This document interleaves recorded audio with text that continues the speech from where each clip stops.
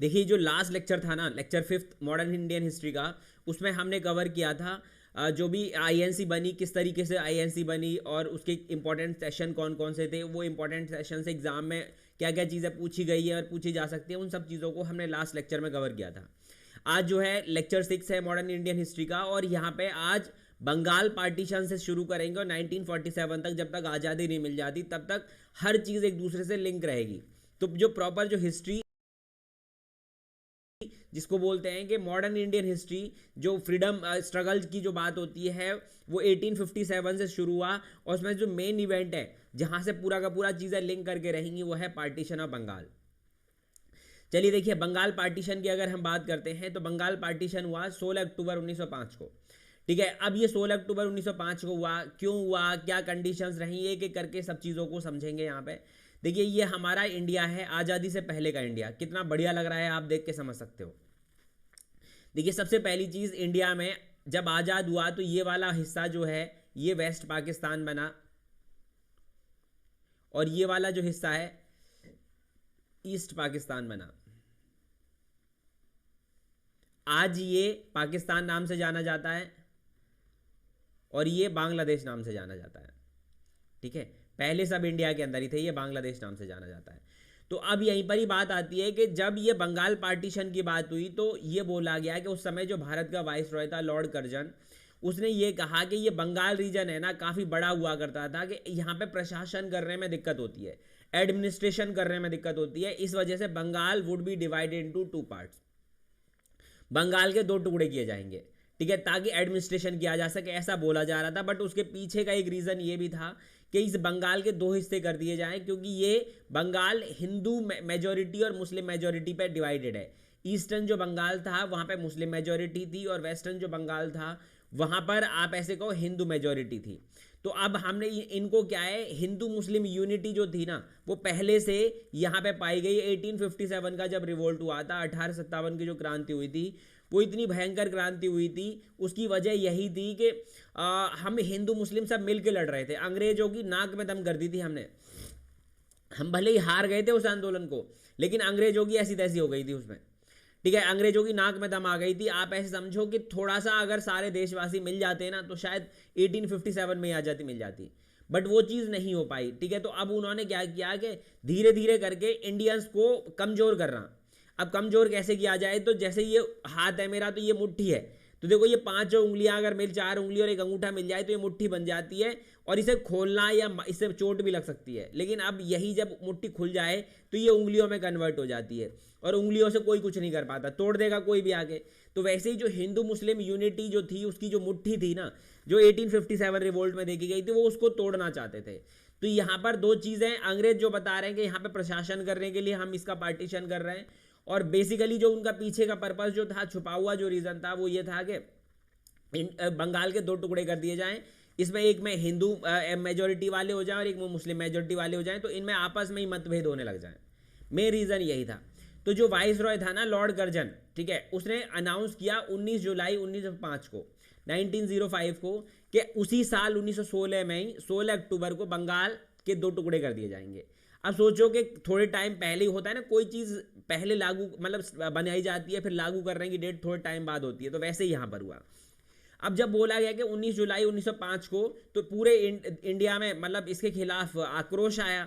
ठीक है, even Bengal reason में तो बहुत ही ज़्यादा गुस्सा आया कि यहाँ पर क्या हो गया कि वेस्ट बंगाल में बोला गया कि वेस्ट बंगाल हिंदू मेजोरिटी बोला गया था ही।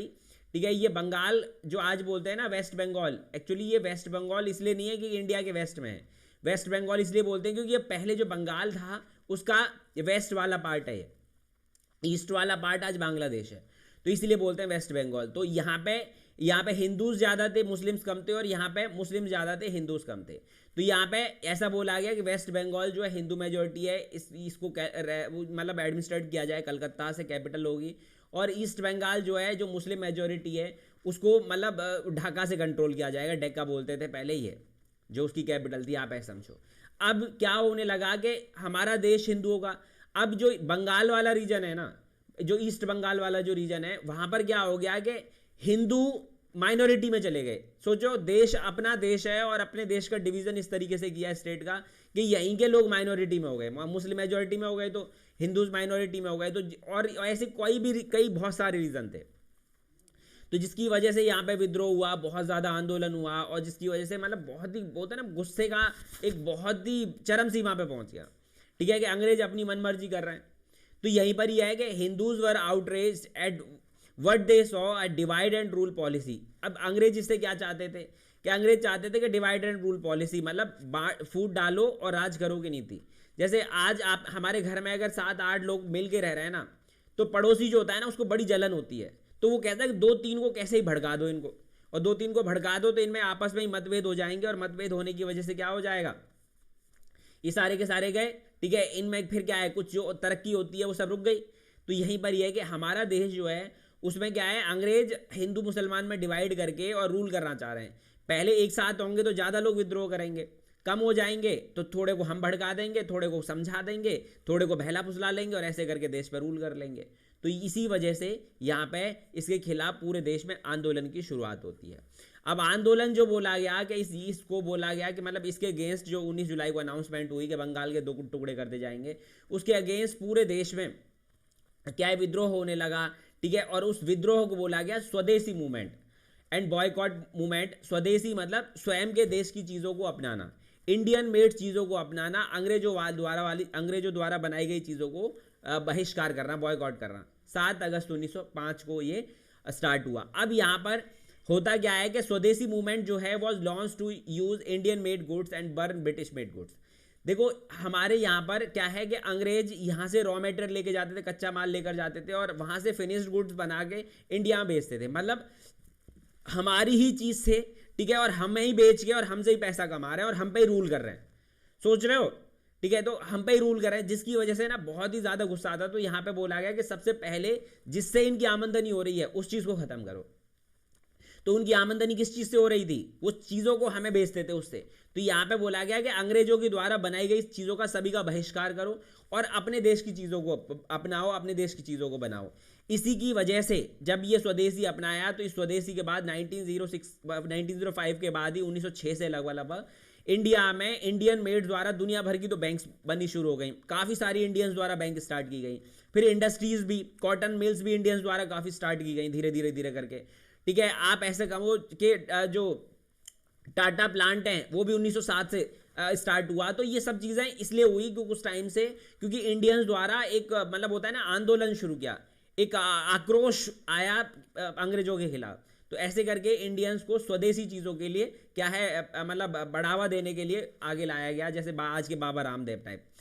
ठीक है, अब यहीं पर बात आती है on 7 August 1905 Calcutta town hall massive meeting was held under SN Banerjee and the formal proclamation of स्वदेशी मूवमेंट वाज मेड। तो यहाँ पर क्या है, कलकत्ता टाउन हॉल में ये 1905 को 7 अगस्त को मीटिंग हुई और यहाँ पर डिक्लेयर कर दिया गया कि हम अंग्रेजों का बहिष्कार करेंगे और स्वदेशी अपनाएंगे और बॉयकॉट करो और बंगाल का विभाजन नहीं होने देंगे।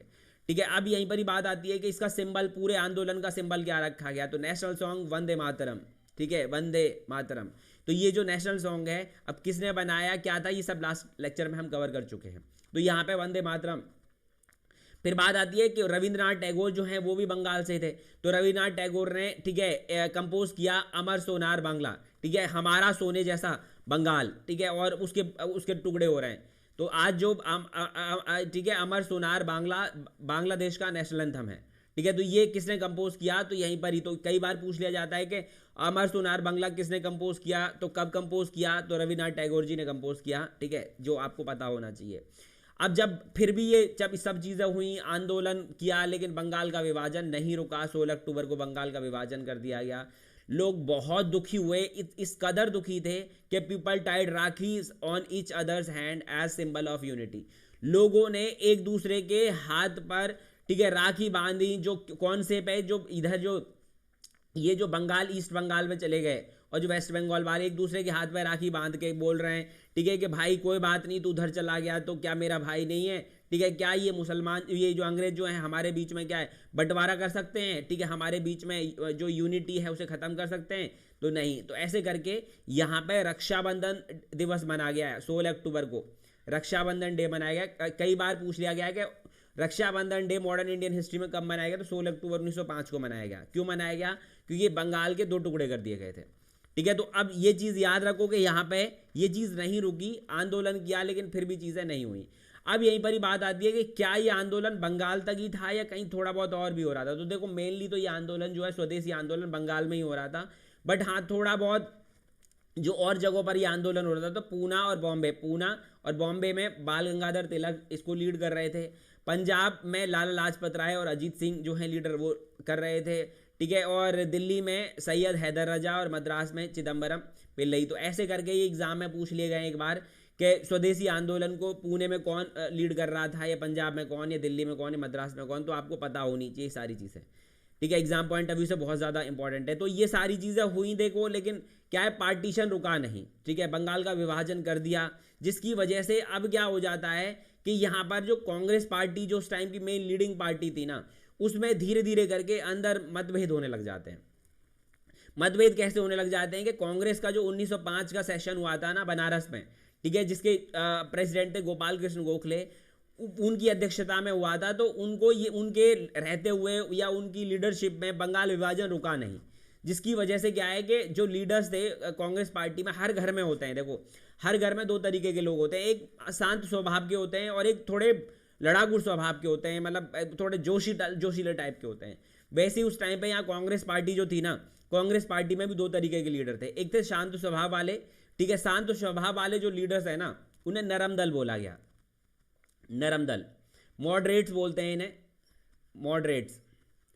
और जो गरम स्वभाव के थे ना, उन्हें गरम दल बोला गया। ठीक है, गरम दल। अभी लीडर कौन कौन से मैं बताऊंगा आपको। ठीक है, एक्सट्रीमिस्ट बोलते हैं इन्हें इंग्लिश में। तो ऐसे करके तो जब यहाँ पे आंदोलन किया, स्वदेशी आंदोलन किया, बंगाल विभाजन नहीं रुका। ठीक है, तो 1905 में जो बनारस में सेशन हुआ था कांग्रेस का, उसमें भी चीज़ें नहीं हुई। तो यहाँ पे जो मतभेद होने लगे कांग्रेस पार्टी के अंदर, जो उस टाइम पे मेन लीडिंग पार्टी हुआ करती थी, तो वहाँ पर लोग 2 हिस्सों में बट गए। एक तरफ नरम दल, मतलब जो चाहते थे कि ठीक है अंग्रेज हमें आज़ादी दे देंगे, हमें अहिंसा मतलब हिंसा नहीं करनी है, धीरे धीरे करके थोड़े टाइम बाद दे देंगे, ऐसे करके। गरम दल वाले जो कुछ नेता थे, जैसे लाला लाजपत राय, बाल गंगाधर तिलक, ठीक है, विपिन चंद्र पाल, ठीक है, ये सब ये वो थे। ठीक है, लाल बाल पाल बोलते हैं इनको, कि हमारा देश है, देंगे कैसे नहीं, या तो प्यार से देंगे या मार के देंगे, हर हाल में हमें चाहिए। तो ऐसे करके, बट नरम दल वालों की तादाद यहाँ पर ज़्यादा थी कांग्रेस पार्टी में उस टाइम पर। तो जिसकी वजह से क्या हो जाता है कि उन्हीं की चलती थी कहीं ना कहीं। तो जब 1905 में बंगाल विभाजन हो गया, तो कांग्रेस का जो 1906 में अधिवेशन होने वाला था ना, सेशन होने वाला था, वहां पर आवाज उठने लगी कि बाल गंगाधर तिलक, ठीक है, या किसी गरम दल नेता को, गरम दल जो एक्सट्रीमिस्ट है, मतलब उनमें से किसी को नेता बनाया जाए। अब जो नरम दल वाले थे उनकी तादाद ज़्यादा थी, तो उन्हें ये डर था कि कहीं ये गलत स्टेप ना ले लें कोई। ठीक है, जिसकी वजह से क्या हो गया कि उनको मना कर दिया नेता बनाने के लिए लाला, ठीक है, बाल गंगाधर तिलक को। और उस टाइम पे प्रेसिडेंट बनाया गया 1906 के कलकत्ता अधिवेशन का दादा भाई नेहरू को। अब दादा भाई नेहरू जी भाई साहब, उनकी सभी रिस्पेक्ट करते थे, वो इतने सम्मानजनक, ठीक है, सम्माननीय व्यक्ति थे। ठीक है, तो उनको सभी बहुत इज्जत देते थे। तो जिसकी वजह से क्या हो गया कि दादा भाई नेहरू जी अध्यक्ष बने। अब यहाँ पर क्या है, अडॉप्ट किए गए 4 रिजोल्यूशन। ठीक है, 4 रिजोल्यूशन लिए गए। पहला जो रिजोल्यूशन है वो स्वराज, ठीक है, सेल्फ गवर्नमेंट, मतलब धीरे धीरे करके हमारा टारगेट इस तरीके से होना चाहिए कि हम अंग्रेजों के अधीन नहीं रहेंगे, हमें स्वयं का राज चाहिए, सेल्फ रूल चाहिए, मतलब खुद का शासन चाहिए। अब कई बार एग्जाम में पूछा गया कि फर्स्ट टाइम स्वराज की मांग कब की गई, तो फर्स्ट टाइम स्वराज की मांग 1906 के कलकत्ता अधिवेशन में की गई, ये बात याद रखनी है। फिर बॉयकॉट मूवमेंट, जो भी कोई, मतलब जैसे स्वदेशी आंदोलन की बात हो रही है, तो ठीक है, या इस तरीके के आगे कोई भी चीज़ होगी तो उसे बॉयकॉट करेंगे, अंग्रेजों के खिलाफ आंदोलन करेंगे। फिर स्वदेशी है नेशनल एजुकेशन, और अपने देश की, स्वदेशी स्वयं की और पूरे देश पे लेवल पे शिक्षा व्यवस्था स्प्रेड करेंगे। तो ये मेनली 4 रिजोल्यूशन पे बात हुई। अब यहाँ पे ये सब बात हो गई। अब यहीं पे ये सेशन हुआ ही, उसके थोड़े टाइम बाद एक और बवाला हो गया। क्या बवाला हो गया कि मुस्लिम लीग बन गई 30 दिसंबर 1906 को। अब मुस्लिम लीग, जिसे ऑल इंडिया मुस्लिम लीग, ठीक है, popularly known as the Muslim League, was founded on 30 December 1906 in Dhaka, British India. अब ये जो है, ये यहाँ पे ईस्टर्न बंगाल जो बना, उस ईस्टर्न बंगाल की जो राजधानी हुआ करती थी ढाका, या एडमिनिस्ट्रेटिव जो एडमिनिस्ट्रेशन वाला एरिया हुआ करता था, ठीक है, ढाका, वहाँ पे ये ऑल इंडिया मुस्लिम लीग बनी 30 दिसंबर 1906 को। अब ये एक और ड्रामा शुरू हो गया यहाँ पर। कैसे कि भाई पहले हमें अंग्रेजों ने यहाँ पर बंगाल में बांटा हिंदू मुसलमान के नाम पे, अब हम एक साथ पार्टी से लड़ रहे थे तो पार्टियों में भी, अब एक कांग्रेस पार्टी थी तो उसमें भी बंटवारे कर दिए। उनके कुछ मुसलमानों के दिमाग में इस तरीके से बिठाया कि जो कांग्रेस पार्टी है ना वो सिर्फ और सिर्फ हिंदुओं की पार्टी है, वो सिर्फ हिंदुओं के लिए लड़ती है, वो हिंदुओं के लिए काम करती है, जबकि ऐसा कुछ था नहीं। ठीक है, अब कुछ दो दिमाग होते हैं ना जो चतुर होते हैं, ठीक है, हर जगह देखोगे दो कुछ, मुझे बुरा मत मानना बट सच्चाई यही है। ठीक है, अब हमारा इंडिया जो पार्टीशन हुआ, ठीक है, इंडिया का विभाजन हुआ, उसकी नींव वहां नहीं रखी गई थी, उसकी नींव 1905 में और 1906 में रखी गई थी। ठीक है, सिर्फ चंद लोगों की वजह से जो अपने आप को नेता बनना चाहते थे, जिनको हमें ना नेतागिरी करनी थी, उनकी वजह से। अगर शायद ये बंगाल विभाजन और 1906 में ये ऑल इंडिया मुस्लिम लीग नहीं बनती तो शायद इंडिया का पार्टीशन नहीं होता। ठीक है, अब यहीं पर ही बात आती है कि अब ये क्या है कि वो दिमाग में कुछ नेताओं के, जैसे बंगाल के दो हिस्से कर दिए, फिर कुछ जो नेता थे ना जो अंग्रेजों के आगे पीछे घूमते रहते, तो उनके दिमाग में इस तरीके से बिठाया गया कि कांग्रेस हिंदुओं की पार्टी है, वो तुम्हारे लिए काम नहीं करेगी, तुम अपनी पार्टी बनाओ, हम सपोर्ट करेंगे। और ऐसे करके ब्रिटिश सरकार ने सपोर्ट किया। कुछ लोग, चंद लोग फंस गए इस चक्कर में, और उनमें से जैसे कि फाउंडर जो इसके बने नवाब ख्वाजा सलीमुल्लाह, ठीक है, और अदर फाउंडर्स थे आगा खान, वकार उल मुल्क एंड मोहसिन उल मुल्क। इन लोगों बातों में आ गए, आगे पीछे का भविष्य का कुछ देखा नहीं, और ऐसे करके चक्कर में आके क्या हो गए कि हाँ पार्टी बनाएंगे। और फिर क्या हो गया यहाँ पर, लो जी लो, हो लिया काम। पहले क्या था कि पहले हम सब मिलके लड़ते थे अंग्रेजों के खिलाफ, पहले बंगाल में अलग हुए, फिर अब पार्टी जो थी एक साथ लड़ती थी, अब पहले दो पार्टी हो गई, अब यहाँ पर पहले कांग्रेस पार्टी हो गई या मुस्लिम पार्टी हो गई, पहले हम आपस में लड़ेंगे तब अंग्रेजों से वहीं देखेंगे। तो उनके लिए डिवाइड एंड रूल वाला मस्त क्या काम चल रहा था, और हम यहाँ पर नमूनों की तरह फंसे जा रहे थे। ठीक है, अब आपने कभी सोचा है कि इसका जो लखनऊ आज इतना ज़्यादा डेवलप क्यों है? लखनऊ इसलिए डेवलप है क्योंकि जो ऑल इंडिया मुस्लिम लीग थी ना, उसका हेडक्वार्टर लखनऊ था, बनी ढाका में थी बट हेडक्वार्टर लखनऊ था। ये चीज़ आपको याद रखनी है। अब एक चीज़ जो इंपॉर्टेंट है, आपसे पेपर में सवाल पूछा गया है कि मुस्लिम लीग का फाउंडर कौन है, तो नवाब सलीमुल्लाह जो है सही आंसर है। बट अगर ये ऑप्शन में ना हो तो इनमें से और कोई ऑप्शन में होगा, आगा खान, वकार उल मुल्क या मोहसिन उल मुल्क, या ये सारे ऑप्शन में हो तो ऑल द अबव। ठीक है, अगर ये सारे ऑप्शन में ऑल, ठीक है, तो मतलब नीचे ऑल द अबव का भी ऑप्शन है तो, और अगर ऐसा नहीं है तो सिर्फ और सिर्फ ये नवाब ख्वाजा सलीमुल्लाह, ये टिक होगा। ये सब चीज़ें थोड़ी सी ध्यान रखना, पेपर एग्जामिनर कंफ्यूज करता है। तो ये सारी चीज़ें, अब बात यहीं पर आती है। First session of the party was held in Karachi in 1907, और उस टाइम पर जो मुस्लिम लीग का पहला जो सेशन हुआ वो कराची पाकिस्तान में हुआ 1907 में, जिसके अध्यक्ष थे अदमजी पीर बॉय, ठीक है, जो कि एक इंडस्ट्रियलिस्ट हुआ करते थे, बिजनेसमैन हुआ करते थे। और ऐसे ही करके मोहम्मद अली जिन्ना, जिनकी वजह से यहाँ पे पार्टीशन हुआ, ठीक है, जिसे एक आदमी सन के आदमी की वजह से पार्टीशन हुआ। तो आप ऐसे समझो कि कुछ लोग बहुत रिस्पेक्ट देते होंगे, बट मैं सच बता रहा हूँ, इतिहास उठा के देखो, ठीक है, अगर इन्होंने थोड़ी सी अपनी इच्छाएं मार ली होती तो आज हमारा ये इतना सुंदर भारत लगता। जो आज हम अननेसेसरी वेस्टेज ऑफ मनी करते हैं ना इंडिया पाकिस्तान पे ऊपर, ये पैसा कहीं और लग रहा होता, बट खैर कुछ नहीं समझ पाएंगे इस चीज़ को। तो मोहम्मद अली जिन्ना ने 1913 में इसको ज्वाइन किया मुस्लिम लीग को, और लास्ट सेशन जो हुआ मुस्लिम लीग का वो 1943 में हुआ, कराची में हुआ, जिसके अध्यक्ष मोहम्मद अली जिन्ना ही थे। तो ये चीज़ आपको याद रखनी है, इससे इंपॉर्टेंट चीज़ है। अब यहाँ तक होते होते क्या हो गया कि फिर नेक्स्ट जो अगले साल फिर कांग्रेस का एक अधिवेशन हुआ 1907 में, जिसे सूरत स्प्लिट के नाम से जाना जाता है, जिसे सूरत सेशन भी कहते हैं। तो अब यहीं पर ही बात आती है कि सूरत स्प्लिट क्या है। तो देखो, सबसे पहली चीज़, सूरत स्प्लिट कुछ नहीं, गुजरात में एक जगह है सूरत, और वहाँ पे कांग्रेस का सेशन हुआ 1907 में, और वहाँ पे जो कांग्रेस पार्टी थी वो भी दो टुकड़ों में बट गई, नरम दल और गरम दल में बट गई। तो उसे बोलते हैं सूरत स्प्लिट। डॉक्टर रास बिहारी घोष यहाँ के प्रेसिडेंट थे, ठीक है, इस सेशन के। अब पहले मैं बता दूं आपको, इसको समझाऊं, फिर उसके बाद मैं बताता हूं कि पहले मॉडरेट लीडर कौन कौन से थे।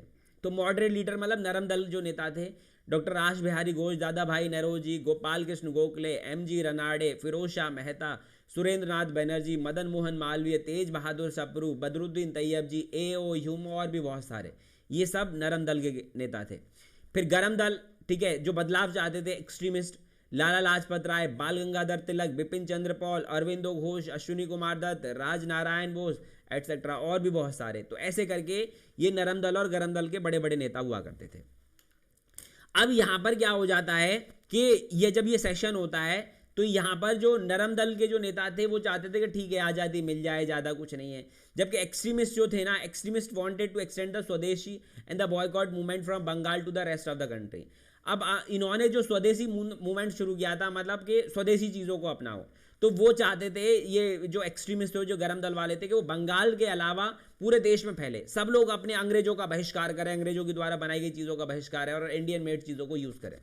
अब ये सारी चीज़ें ये चाहते थे और सारी चीज़ों पर काम करना चाहते थे, ठीक है। जबकि वो नरम दल वाले डरे हुए थे कि नहीं नहीं कोई दिक्कत हो जाए, कुछ नहीं, वो ज़्यादा कुछ नहीं चाहते थे। इसके अलावा जो गरम दल वाले चाहते थे, also wanted to gradually extend the boycott from foreign goods to every form of association और cooperation with the colonial government. जो इसके अलावा जो गरम दल वाले थे, ये भी चाहते थे कि पूरे देश में एक माहौल बने कि अपनी अंग्रेजों द्वारा सारी चीज़ें जो हैं उनका बहिष्कार हो, जलाएं। और उसके अलावा सिर्फ और सिर्फ कपड़ों में ही नहीं, उसके अलावा किसी भी तरीके की संस्था है जो अंग्रेजों द्वारा चलाई जा रही है, जो इंडियंस उसके साथ सहायता कर रहे हैं, उन सब का बहिष्कार कर रहे हैं धीरे धीरे धीरे करके। अब ये चीज़ जो है ना, एक अच्छा स्टेप था ये, और हो सकता था, बट ये चीज़ नरम दल वाले जो है ना, वो उस तरीके से समझ नहीं पाए चीज़ों को। बोलते हैं ना कि पावर दी हाथ में, ध्यान नहीं दिया। अब होता क्या है यहाँ पर कि मैं आपको बता देता हूँ। 1905 में बंगाल विभाजन हुआ, बंगाल में हिंदू मुसलमान बटे, डिवाइड एंड रूल। रही बच्ची कसर 1906 में मुस्लिम लीग बन गई, तो और दिमाग खराब हो गया। पहले दो अलग अलग, एक पार्टी थी पूरे साथ में लड़ते थे, अब दो अलग अलग पार्टी पहले आपस में लड़ रही हैं। अब क्या हो गया कि जो मेन लीडिंग पार्टी कांग्रेस हुआ करती थी 1907 में, उसमें भी भाई साहब क्या है, फूट डल गई और वो पार्टी भी अलग अलग हो गई। अब यहाँ पे गरम दल, यहाँ नरम दल और यहाँ पे मुस्लिम लीग, पहले हम आपस में ही लड़ मर लें। तो अब आप सोचो कि जब यहाँ पर ये मतभेद हुआ, और मतभेद सिर्फ किस लिए हुआ, क्योंकि वो जो चीज़ों को ना, मतलब नरम दल और गरम दल के विचार नहीं मिल रहे थे, ठीक है। आज़ादी किस तरीके से दिलाई जाए जब ये विचार नहीं मिले तो मतभेद हो गया और पार्टीशन हो गया, ठीक है, मतलब स्प्लिट हो गई। अब इससे ना बहुत बड़ा नुकसान हो गया, बहुत बड़ा नुकसान। आप ऐसे समझो कि जब ये 1907 में ये पार्टीशन हुआ, जब तक ये दोबारा मिल नहीं जाएंगे और गांधी जी इंडिया वापस नहीं आ जाएंगे, तब तक कोई बड़ा कुछ होगा ही नहीं इंडिया में। क्यों? क्योंकि क्या होगा कि अब पहले मैंने बताया ना, ये 5 उंगलियां अगर ये साथ में रहे तो ये मुट्ठी बन जाती हैं, लेकिन अगर ये एक एक हो जाए ना तो इनको कोई भी तोड़ देता है। जबकि ये 5 एक साथ हो तो तोड़ना मुश्किल ही नहीं, नामुमकिन सा हो जाता है। तो वहीं पर यही चीज़ हुई कि यहाँ पर पहले हम एक मुट्ठी थे, हिंदू मुस्लिम सब, पहले उस मुट्ठी को खोल लिया। उसके बाद बंगाल विभाजन के नाम पे, उसके बाद क्या हो गया कि फिर जो बंगाल विभाजन हो गया, उसके बाद अगर हम बात करते हैं यहाँ पर, तो आप ऐसे कहो कि मुस्लिम लीग बना दी, 2 अलग अलग पार्टी हो गई, फिर 2 और हिस्सों में बट गए, फिर जो कांग्रेस पार्टी थी उसके भी अलग अलग टुकड़े हो गए। तो भाई क्या है, अब तो उंगलियां तोड़ लो। तो उसी चीज़ का फ़ायदा उठाया अंग्रेजों ने। क्या किया, जो बड़े बड़े लीडर्स थे उठा उठा के जेल में पटक दिए, और उठा उठा के जेल में पटक दिए। अब क्या है कि आंदोलन करने वाला कोई है नहीं है। बाल गंगाधर तिलक जैसे जो नेता थे, ठीक है, उनको क्या है भाई साहब 6 साल के लिए मांडल्य जेल में भेज दिया मांडल्य जेल म्यांमार में, बर्मा में पड़ती थी, ठीक है, वहां भेज दिया। अब क्या है, यहाँ पे कोई है ही नहीं आंदोलन करने वाला। 1908 से लेके 1914 तक वो जेल में थे, देशद्रोही का मुकदमा लगा दिया उनके ऊपर। अब सोचो कि देश हमारा, ठीक है, और हमें ही क्या कर रहे हैं हम, मतलब हमें रूल कर रहा है, बट कर अंग्रेज रहे हैं, और हम उनके खिलाफ आंदोलन कर रहे हैं या उनका विद्रोह कर रहे हैं। तो भाई साहब हम देशद्रोही, क्या यार मजाक चल रहा है, ठीक है। तो यहाँ पर मांडल्य जेल भेज दिया, और ऐसे करके वो जेल में चले गए। फिर सब मतलब एक तरीके से होता है ना कि बिल्कुल बेकार हो गया, सब अपना अपना लग गए, अपना अपना लग गए। तो जैसे एक घर में होता है ना, सब बढ़िया तरीके से रह रहे थे, फिर सब ने अपना अपना बंटवारा कर लिया। फिर क्या हो गया, वो उतना ही खर्चा पहले एक किचन में हो रहा था, थोड़ा बहुत और मिला के अब सब ने अपनी अपनी किचन बना ली, खाने के भी लाले पड़ गए, वो चीज़ होने लगी। तो यहीं पर ही हमारे साथ बहुत ही बुरा हुआ। और इसके बाद अंग्रेजों ने जो लीडर्स थे उठा उठा के जेल में डाल दिया, कुछ लोगों ने संन्यास ले लिया, और मतलब बहुत ही एक्सट्रीम लेवल का। फिर इसके बाद अंग्रेजों ने अपनी मनमर्जी करी, और उसमें से सबसे बड़ी मनमर्जी जो थी वो गवर्नमेंट ऑफ इंडिया एक्ट 1909 था। भारत सरकार अधिनियम 1909 में जो एक डिसीजन दिया गया वो बहुत ही खतरनाक था, जहर था एक तरीके से।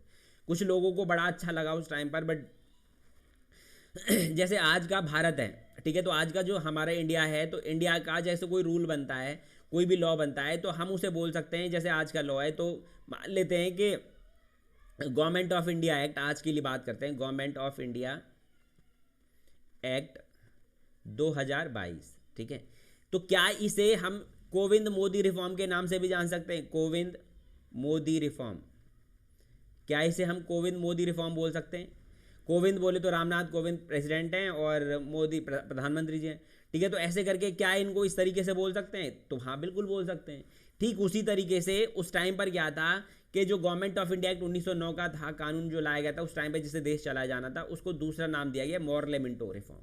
मॉर्ले कौन है? तो मॉर्ले उस टाइम पे सेक्रेटरी ऑफ स्टेट है प्रेसिडेंट की तरह, और मिंटो जो है वाइस रॉय ऑफ इंडिया है, लॉर्ड मिंटो। तो इस वजह से इसे मॉर्ले मिंटो रिफॉर्म नाम दिया गया। तो आपको पता होना चाहिए कि कई बार पेपर पूछ लिया गया है कि मॉर्ले मिंटो रिफॉर्म कौन से एक्ट को कहा गया है, या गवर्नमेंट ऑफ इंडिया एक्ट 1909 का दूसरा नाम क्या है।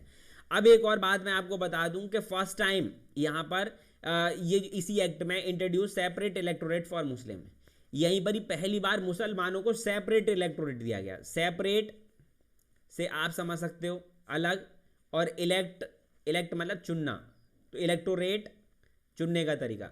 तो जैसे नॉर्मली क्या होता है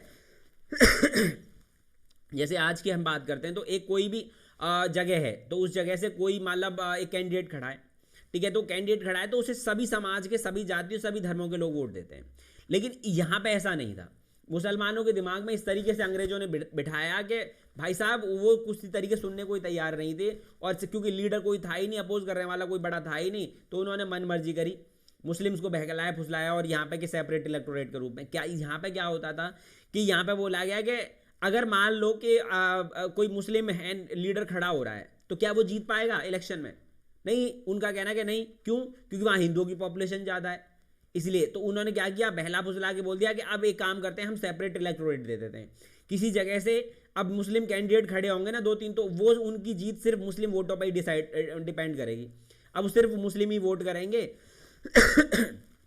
और अब जिसको ज़्यादा मिलेंगे वो जीत जाएगा। तो ऐसे करके मुस्लिम कैंडिडेट, सेपरेट इलेक्टोरेट का मतलब है अलग तरीके से मुसलमानों के वोटों से किसी मुस्लिम कैंडिडेट को ही चुनना, जो कि बहुत ही खतरनाक था, मैं बता नहीं सकता आपको। ठीक है कि ये चीज़ सुनने में अच्छी लग रही होगी, लेकिन देश के जब टर्म्स में बात करते हैं ना, पार्टीशन की जो मतलब इंडिया का जो पार्टीशन हुआ ना, पाकिस्तान जो बना, उसकी नींव यहीं से रखी जा रही थी पीछे से। लेकिन बात यह है कि कोई विरोध करने वाला ही नहीं था, उस तरीके से समझ ही नहीं थी लॉन्ग टर्म के लिए। सब छोटा इतिहास क्यों पढ़ाया जाता है? इतिहास इसलिए पढ़ाया जाता है कि पास्ट में की गई गलतियां दोहराई ना जाएं, लेकिन उन सब चीज़ों से कोई समझता ही नहीं है। वही चीज़ पास्ट में हुई, ठीक है, तो यही चीज़ आगे ना हो, इन सब चीज़ों पे इसीलिए पढ़ रहे हो, ये चीज़ याद रखनी है आपने। अब इसके बाद क्या होता है, फिर और कुछ खास हुआ नहीं, फिर एक दिल्ली दरबार लगता है 1911 में। अब दिल्ली दरबार क्या है? तो दिल्ली दरबार यहीं पर ही आप ऐसे कहो कि हमारा जो लाल किला है दिल्ली में, उसके आसपास दिल्ली दरबार लगता है। ऐसा क्यों दिल्ली दरबार क्यों लगाया जाता है? तो देखो, हमें पता है कि इंडिया को उस टाइम पे ब्रिटिश इंडिया के नाम से जाना जाता था। इंडिया को ब्रिटिश इंडिया कहते थे। ब्रिटिश इंडिया के क्यों कहते थे इंडिया को? क्योंकि इंडिया पे अंग्रेजों का कंट्रोल हुआ करता था, ठीक है, इसलिए ब्रिटिश इंडिया के नाम से जाना जाता था। अब बात यहीं पर आती है कि ब्रिटेन में 1910 में एक नया राजा बना, ठीक है, वहां पे राजा का परिवर्तन हुआ, तो वहां पे जो नए राजा बने उनका नाम था किंग जॉर्ज 5। उन्होंने जब गद्दी संभाली तो फिर इंडिया जो उनकी सबसे बड़ी प्रॉफिट मेकिंग टेरिटरी थी, वो वहां पे विजिट करना चाहते थे, तो वो 1911 में इंडिया आए। In 1910 there was a succession in England where king George 5 ascended the throne. मैंने बताया कि 1910 में वहां पे जॉर्ज 5 जो है नए राजा बने, एंड 1911 ही पेड विजिट टू इंडिया, और 1911 में वो इंडिया आए। ठीक है, किसके साथ आए? तो अपनी धर्मपत्नी के साथ आए। Durbar was held to commemorate the coronation of king George 5 and queen Mary as emperor and empress of India. तो वो अपनी धर्मपत्नी क्वीन मेरी के साथ आए और उनका सादर सत्कार किया गया महाराज और महारानी की तरह। अब बात ये आती है कि ऐसा माना जाता है कि जब वो इंडिया आए तो मुंबई होकर आए, तो उनके लिए gateway of Mumbai, gateway of India बनाया गया मुंबई में। कई बार पूछ लिया गया कि गेटवे ऑफ इंडिया की शुरुआत कब हुई थी? तो जब किंग जॉर्ज 5 और उनकी महारानी इंडिया आए थे, तो तब गेटवे ऑफ इंडिया बनाया गया। ये चीज़ आपको पता होनी चाहिए। दूसरी बात, अगर दूसरी एक और जो इंपॉर्टेंट चीज़ है वो ये है कि जब यहाँ पे आए तो दरबार कहाँ लगाया गया? तो दिल्ली में दरबार लगाया गया, ठीक है, और दिल्ली में दरबार लगाया गया। तो अब क्योंकि भाई इस तरीके की भीड़ इकट्ठी थी, आप यहाँ पे देख पा रहे हो, मतलब काफ़ी बड़ी तादाद में लोगों ने वहाँ पे भाग लिया, बहुत ही बड़ा एरिया कवर कर लिया, एक उम्मीद के साथ कि भाई वहाँ के महाराज आए हैं, उनकी बहुत चलती है और वो कुछ हम बोलेंगे तो शायद कुछ नया डिसीजन दे के जाएँ। एक बहुत ही उम्मीद से बहुत भीड़ इकट्ठी हुई, तो उनके पास गए कि महाराज बंगाल विभाजन जो हुआ ना वो बड़ा ही गलत था, ठीक है, सही नहीं था। तो उनने क्या कहा कि ठीक है, अगर आपको गलत लग रहा है तो तथास्तु, और भाई साहब बंगाल विभाजन का अनलमेंट कर दिया। तो 1911 में बंगाल विभाजन का वापस ले लिया।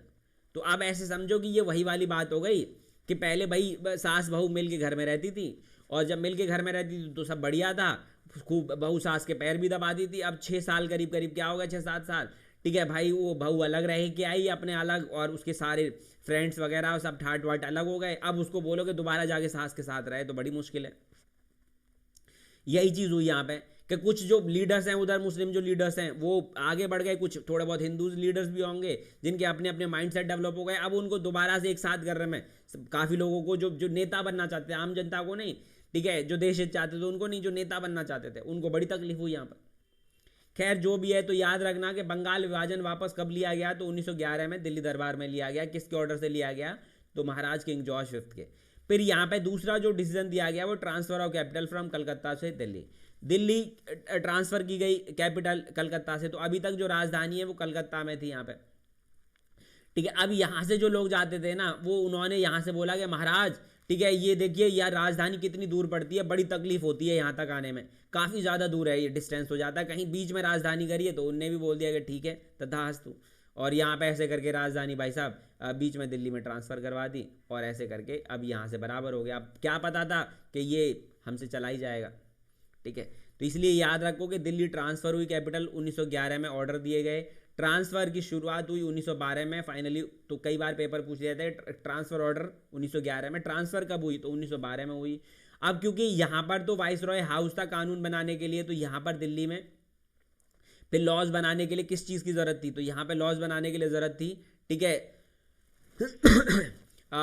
विधानसभा की या फिर पार्लियामेंट की। तो फिर यहीं पे कंस्ट्रक्शन शुरू होती है, और यहाँ पे फिर दिल्ली में संसद भवन बनाया जाता है, ठीक है। तो ये, ठीक है, आपको याद रखना, ठीक है। यहाँ पे आप ऐसे कहो कि हर्बर्ट बेकर एंड लुथियंस द्वारा,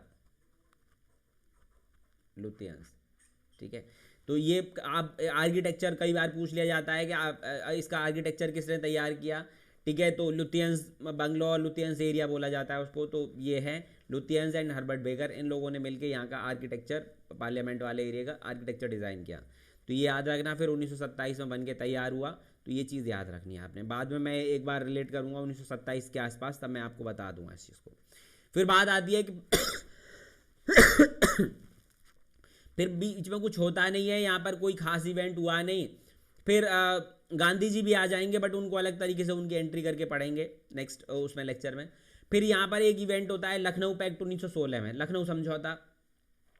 अब देखो बात यह होती है कि जो लखनऊ समझौता कुछ नहीं है कि 1916 में कांग्रेस पार्टी का एक सेशन होता है, आईएनसी सेशन होता है, ठीक है, 1916 में जो लखनऊ में होता है, तो उसी को नाम दिया गया लखनऊ समझौता, ठीक है। तो ये चीज़ आपको याद रखनी है। अब यहाँ लखनऊ समझौता में हुआ क्या, ठीक है, ये मैंने आपको पहले ही बता दिया है, वहाँ पे लास्ट लेक्चर में ना इसकी इंपॉर्टेंट जितनी भी चीज़ें थी वो कवर कर चुके हैं, ठीक है। तो वहाँ से आपको पता होना चाहिए। तो यहाँ पे जब लखनऊ में सेशन हुआ कांग्रेस पार्टी का 1916 का, तो यहाँ पर क्या हो गया कि यहाँ पे जो मॉडरेट थे ना और एक्सट्रीमिस्ट थे, दोनों मिल लिए एक साथ आ गए, दोनों के दोनों। दूसरी बात यहाँ पर कि कांग्रेस जो है ना, फर्स्ट टाइम कांग्रेस पार्टी मुस्लिम लीग के साथ मिलके कॉमन प्लेटफॉर्म पे काम करने के लिए आई। ज्वाइंट सेशन हुआ, मतलब दोनों का एक तरीके से समझो। तो यहाँ पर हुआ क्या कि पहले एक चीज़ तो समझ में आ गई थी सबको, नरम दल वालों को भी गरम दल वालों को भी, कि हम जो मिल के काम कर सकते हैं ना, ये उंगलियां इतना अच्छा काम नहीं कर सकती जितना ये मुट्ठी काम कर सकती है। दूसरी बात, मुस्लिम जो लीडर्स थे, ठीक है, उनको भी थोड़ा थोड़ा समझ में आ रहा था कहीं ना कहीं, जो नए लीडर्स जैसे मोहम्मद अली जिन्ना टाइप जो लीडर्स आए थे कि हाँ हमें साथ में करना चाहिए, ऐसे करके थोड़ा सा। तो ऐसे करके पहली बार यहाँ पे बहुत ज़्यादा इंपॉर्टेंट है कि पहली बार जो मुस्लिम लीग और कांग्रेस पार्टी कॉमन प्लेटफॉर्म पे कब मिले, तो 1916 में लखनऊ सेशन में। दूसरी बात, नरम दल और गरम दल यहाँ पे मिले। वजह इसकी यही थी, ठीक है, कि दोनों को एहसास हो चुका था कि हम मिल के ज़्यादा बेहतर कर सकते हैं। क्योंकि फिर जब 1907 में जब पार्टीशन हुआ, उसके बाद से कुछ कर ही नहीं पाए, क्योंकि आधे से ज़्यादा जेल में चले गए और इधर उधर पकड़ के भाई कुछ ने संन्यास ले लिया। तो अब ऐसा क्या हो गया 1916 तक, तो एक तो ये कि एहसास हो गया था उनको, दूसरा ये कि कई फ्रीडम फाइटर्स की यहाँ डेथ हो गई थी, ठीक है। तो अब हमें पता है कि एक ऐसी जगह जहाँ पे कोई मतलब मल मुटाव सारे खत्म हो जाते हैं, वही है अंतिम संस्कार। तो जिसकी वजह से भी क्या है, यहाँ पर उनको समझाया बुझाया गया और ऐसे करके ये लखनऊ समझौता हुआ। तो ये चीज़ याद रखना, ठीक है, आपको पता होनी चाहिए। फिर बात करते हैं नेक्स्ट, जो नेक्स्ट इवेंट है, अब क्योंकि बाल गंगाधर तिलक जेल से रिहा हो गए थे 1914 में, तो फिर उन्हें डरा धमका के छोड़ा गया था कि देशद्रोही का मुकदमा लगाया गया था ना, कि अगर आपने ज़्यादा कुछ बवाल किया तो दोबारा पकड़ के डाल देंगे, मतलब धमकी देना, समझ रहे हो। हमारा देश फिर भी भाई धमकी झेल रहे हैं क्योंकि सत्ता आपके हाथ में है, इसलिए मन मर्जी कर रहे हो। तो फिर जब वो वापस आए, तो वापस आने के बाद उन्होंने एक लीग की स्थापना करी जिसे बोला गया होम रूल लीग, जो 1916 में स्टार्ट हुई। दो तरीके की थी, दोनों का भी मैं बात करेंगे। The home rule movement was the Indian response to the first world war in a less charge. तो देखो, पहली बात हमें पता है कि 1914 से लेके 1918 के बीच में पहला विश्व युद्ध हुआ था। उस युद्ध में हमारे बहुत सारे इंडियन सैनिकों को अंग्रेजों ने जबरदस्ती लड़ने के लिए भेज दिया। यार क्या मजाक चल रहा है, ठीक है, मतलब हमारे सैनिक, तुम्हारी लड़ाई है, हमारे लोगों को वहां पे लड़ा रहे हो बिना मतलब में। बट क्योंकि हमारे हाथ में सत्ता नहीं थी, नरम दल वरम दल सब अलग अलग थे, गरम दल और मुस्लिम लीग तो अपनी मनमर्जी करी उन्होंने। तो इसी की वजह से जब बाल गंगाधर तिलक को रिहा किया गया, तो उन्होंने पहले विश्व युद्ध में हमारे काफ़ी सैनिक मारे जा रहे हैं, फिर उसकी वसूली के लिए यहाँ पे बहुत भर भर के टैक्स लिया जा रहा है, ठीक है, जो प्राइजेज हैं गुड्स के वो बहुत ज़्यादा बढ़ रहे हैं, तो बहुत ही ज़्यादा टेंशन वाला माहौल, जिसकी वजह से क्योंकि जब तिलक ने उन्होंने क्या किया, आंदोलन स्टार्ट किया, बट क्योंकि इतना डरा धमका दिया गया था और उन्हें पता था कि दोबारा से जेल में डाल दिया, तो उन्होंने अपना जो तरीका था वो थोड़ा सा नॉर्मल किया। तो यही पर है कि लेस चार्ज का मतलब है कि पहली तरह नहीं कि हाय वैसा नहीं, थोड़ा समझदारी वाले तरीके से, ताकि उन्हें गिरफ्तार ना किया जाए। तो यहीं पर यह है कि होम रूल मतलब खुद का रूल, पूरे देश में खुद का शासन करना और उसी के लिए अवेयरनेस स्प्रेड करना पूरे देश में। तो charge but in a more effective way with that people already feeling the burden of war time miseries caused by high taxation and high rise in price। तो होम रूल लीग मतलब हमारे देशवासियों को इस तरीके से जगाना कि हम खुद जागें अपने राजनीतिक चीज़ों में, मतलब पॉलिटिकल चीज़ों में, पॉलिटिक्स में खुद आएँ, हमारे देश के लोग आगे आके देश चलाने के लिए काम करें। ये सब चीज़ों के लिए उन्हें जगाया जा रहा है। और क्योंकि बहुत ज़्यादा वर्ल्ड वॉर, पहले विश्व युद्ध में हमारे सैनिक मारे जा रहे हैं, फिर उनमें जो पैसा खर्च हो रहा है उसके लिए यहाँ से टैक्स, बहुत ज़्यादा टैक्स बढ़ाया जा रहा है, सामान के पैसे बढ़ रहे हैं, तो लोग बहुत तंग थे, जिसकी वजह से ये सब चीज़ें मतलब होम रूल लीग स्थापित की गई। Objective of home rule league movement to achieve self government in India. तो मैंने बताया कि सेल्फ गवर्नमेंट मतलब खुद की सरकार चलाना, ठीक है, इंडियंस द्वारा, तो उसके लिए ये लाया गया। होम रूल से ही समझ रहे हो, घर का शासन, ठीक है। To promote political education and discussion to set up education for self government. तो यहाँ पे क्या है कि राजनीतिक शिक्षा और मतलब डिस्कशन हो सके और किस तरीके से हम राजनीतिक चीज़ों में आगे आ सकें, समझदार बन सकें, अंग्रेजों के खिलाफ खड़े हो सकें। तो ये है।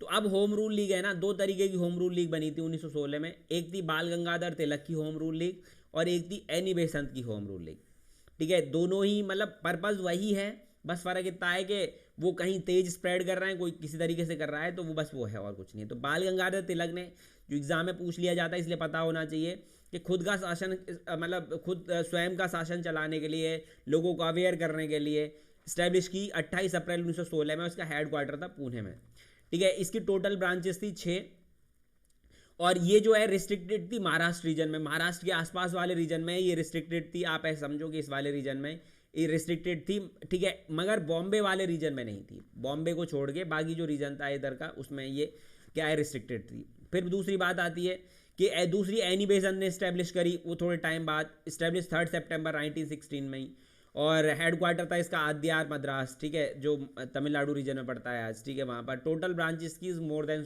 200। तो अब loosely organised as compare to Tilak organise. अब आप यहाँ पे समझ सकते हो कि बाल गंगाधर तिलक की 6 मतलब ब्रांचेस हैं, तो जिसकी वजह से क्या है कि भाई कम ब्रांचेस है तो अच्छे तरीके से कंट्रोल हो जाता है। यहाँ पे 200 ब्रांचेस है तो लूजली ऑर्गेनाइज्ड है, मतलब उतने अच्छे तरीके से एडमिनिस्ट्रेशन या उनको रेगुलेट नहीं कर पाते। बट फिर भी एनी बेसंत की जो होम रूल लीग थी उसने पूरे देश में कहीं ना कहीं अवेयरनेस स्प्रेड करी और बाल गंगाधर तिलक ने उसकी शुरुआत करी थी। तो ऐसे करके दोनों ने मिलकर काफ़ी देश में मतलब एक अवेयरनेस स्प्रेड करी। तो ये बहुत ही इंपॉर्टेंट चीज़ थी हमारे लिए कि देश में लोगों को अवेयरनेस तो आए, देश में लोग अवेयर तो हों, जो कि चीज़ नहीं हो रही थी, ठीक है। सबसे बड़ी दिक्कत यहाँ पे यही थी कि हमारे देश के जो लोग हैं ना, वो इतना अंग्रेज डरा धमका देते थे कि वो यूनाइटेड ही नहीं हो पा रहे थे। जैसे आज है ना, आज भी बहुत सारी चीज़ों में हिंदू मुसलमान कभी ये कभी वो, फालतू की चीज़ है, जाति है तेरी उसकी, धर्म का ये चलता ही रहता है ये, जबकि अल्टीमेटली इतिहास उठा के देख लो या आने वाले टाइम पर देख लो, सिर्फ और सिर्फ लेगेसी रहती है, सब यहीं रह जाता है, सब चीज़ छूट जाती है, ठीक है।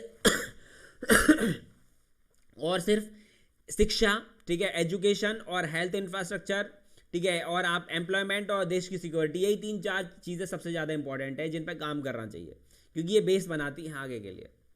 बाकी आप समझदार हैं, ठीक है। बाकी नेक्स्ट लेक्चर में चलिए फिर मिलेंगे।